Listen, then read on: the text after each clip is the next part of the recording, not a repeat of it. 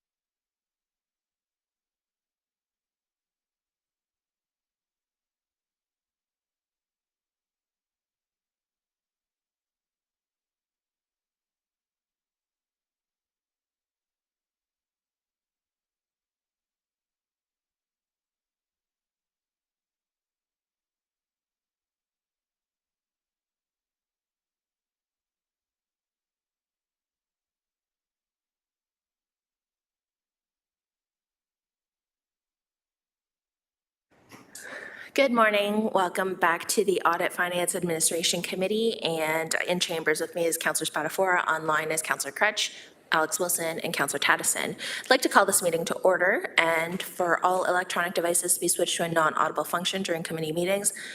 And now, please note that quorum is present. We are at quorum, so just letting everyone know we are at quorum.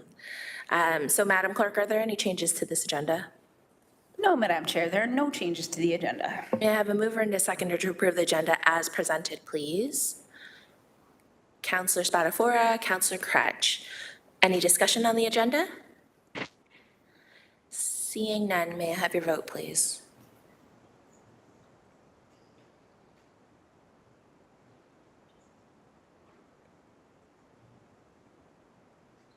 Councillor Taddison's a yes.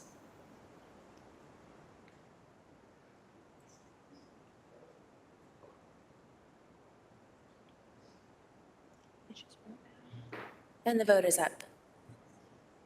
Councillor Taddison was a yes.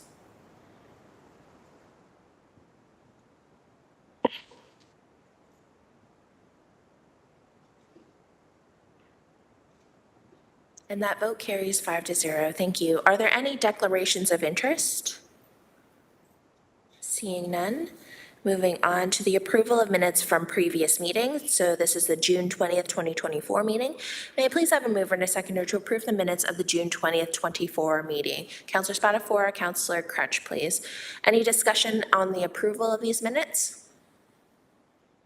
Seeing none, may I have the vote, please? And the vote is up.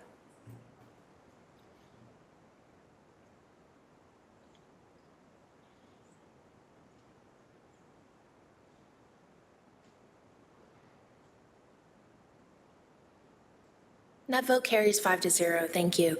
Moving on to delegations. Members are reminded that questions of the delegations are for clarification purposes only and not for debate. At 7.1, we have Ms. Bojitsa Sajatovic representing partial payment of taxes without an extension agreement in tax arrears certificate cancellation. Ms. Sajatovic, you are online. You have 5 minutes to delegate. You'll hear a 4-minute mark. At the 4-minute mark, you'll hear a first ding, and then at the 5-minute mark, you will hear a second ding, to which that is where you will finish your delegation. Ms. Sajatovic, are you ready to delegate?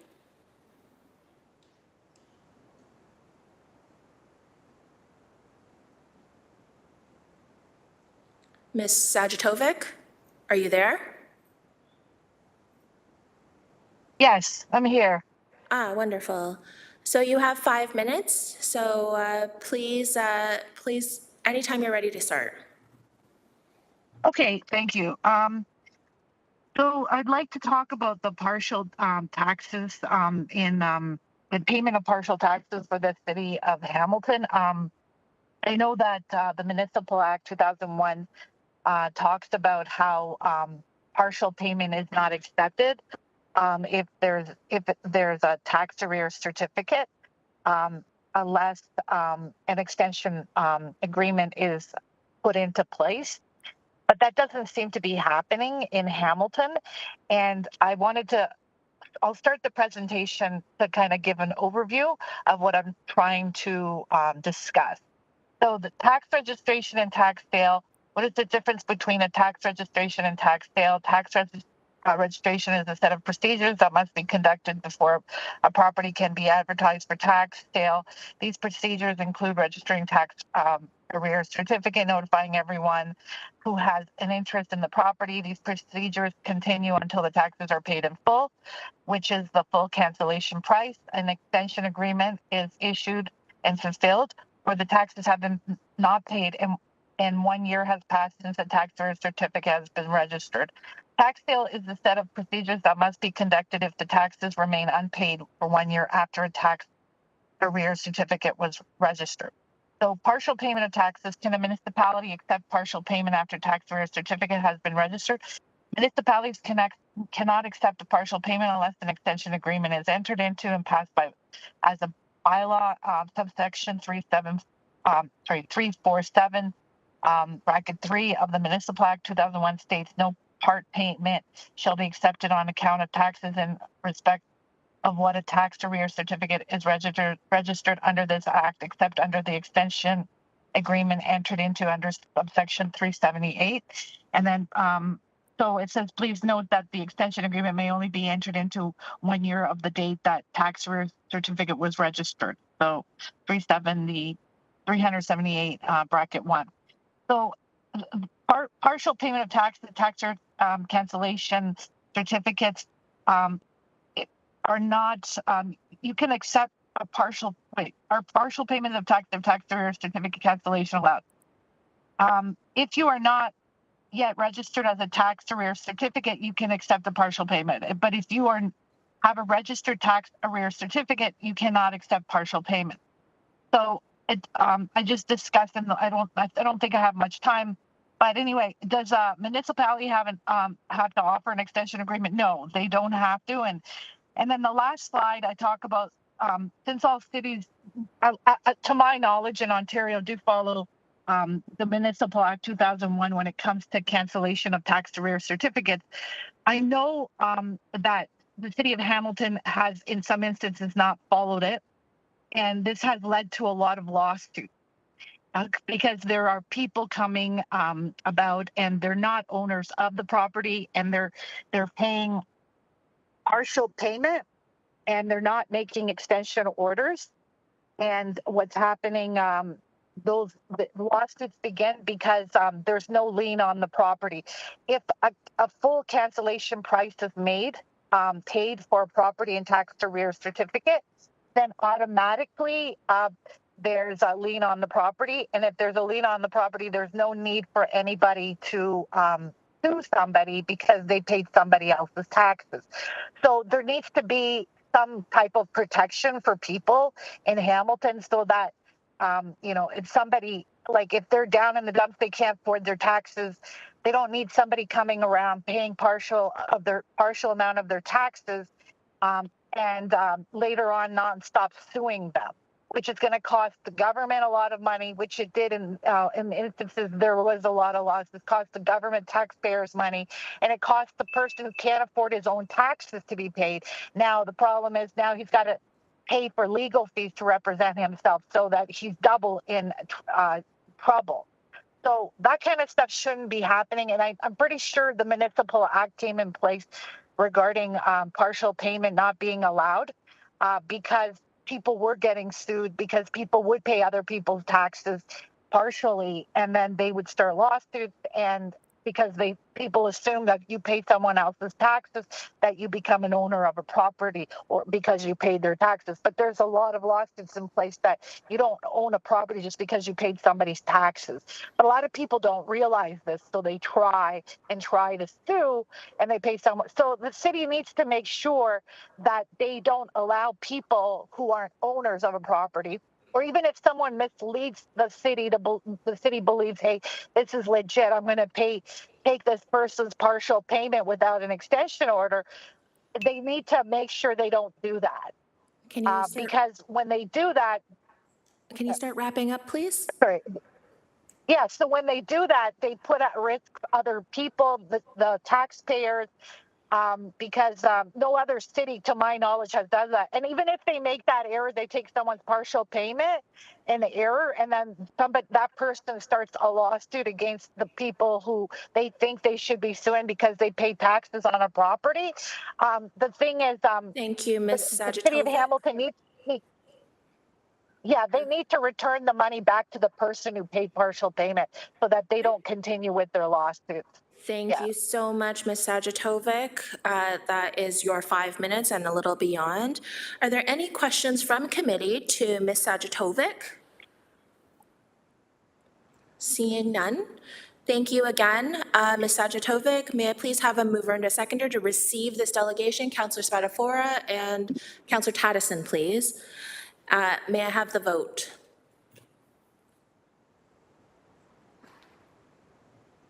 Vote is up. So Ms. Sajatovic, thank you for your delegation. You are welcome to exit the WebEx at this time, and we'll speak with you again. That is carried 5-0. Thank you. Moving on to consent items. 9.1 is the Parkland Dedication Reserve Status Report as of December 31st, 2023. May I have a mover and a seconder to put the report on the floor, please? Councillor Spatafora and Councillor Alex Wilson, please. Any questions on this report? All right. Okay. No questions? May I have the vote, please? And the vote is up.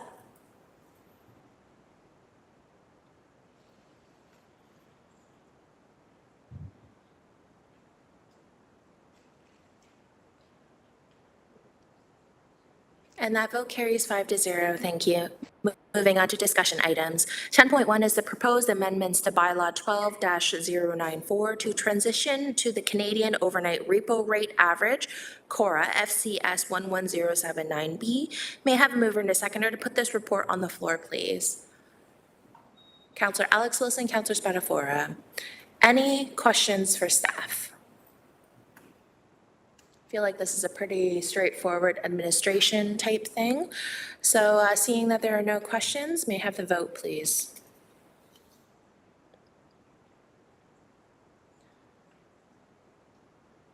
And the vote is up.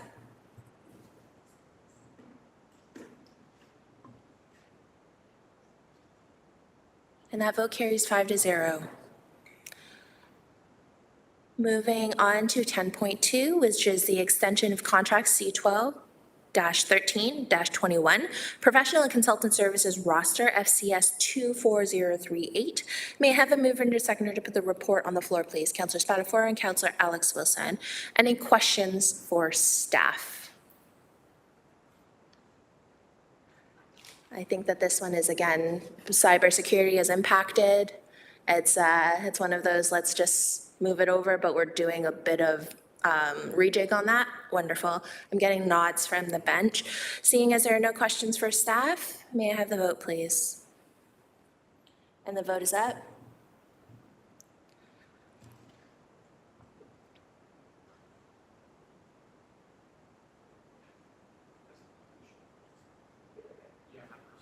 And that carries 5-0. Thank you. Moving on to 10.3, the Grants Subcommittee Report 24-003, July 3rd, 2024. May I have a mover and a seconder to put the report on the floor, please? Councillor Spatafora, Councillor Taddison. Yes. Any questions for staff? Councillor Alex Wilson, please.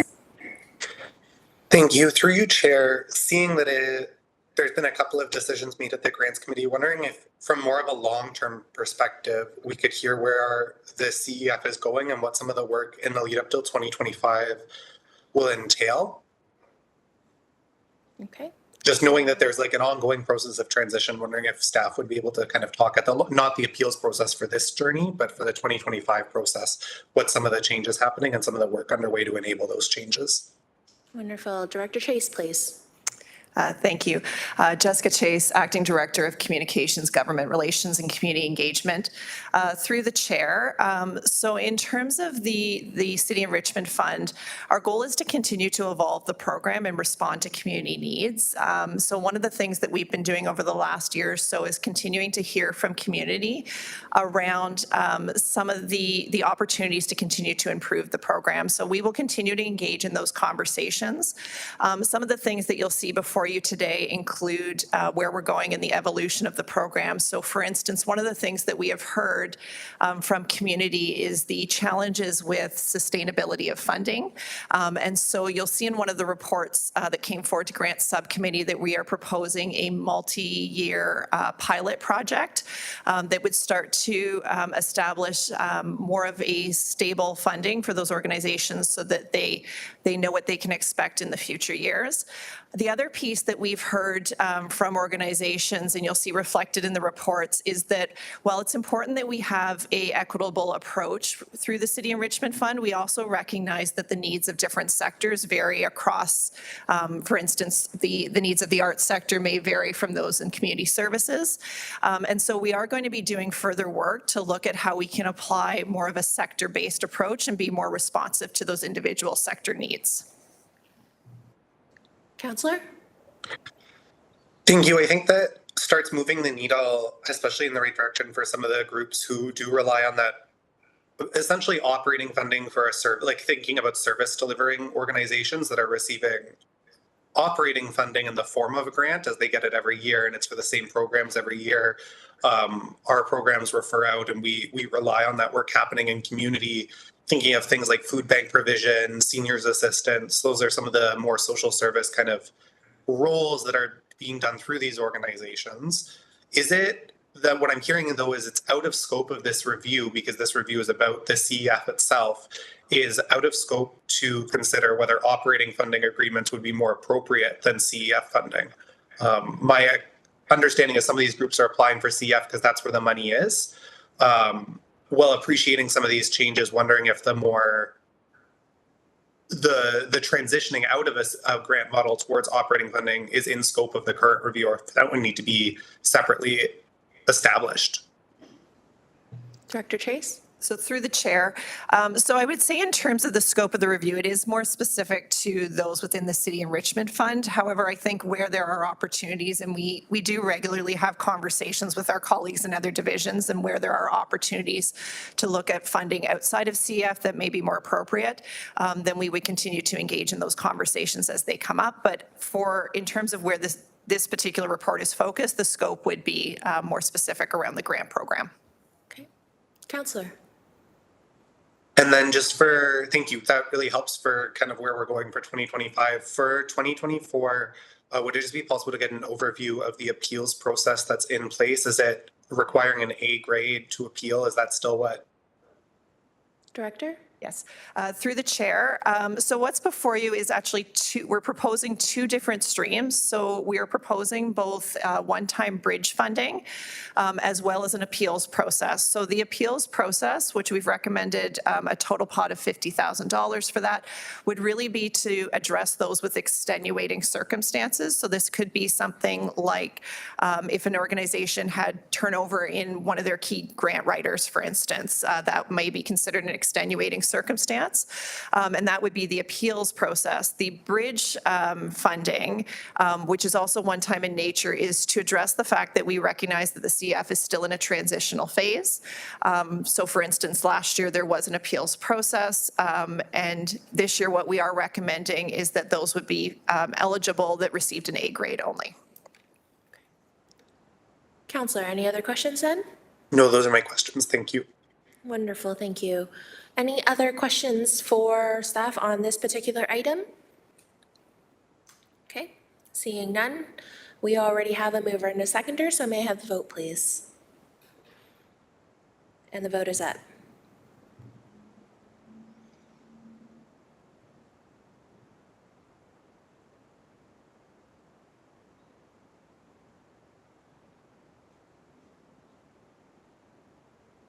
That vote carries 5-0.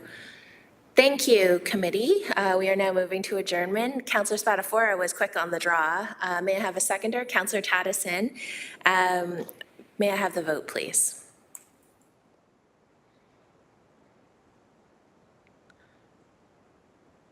And the vote is up.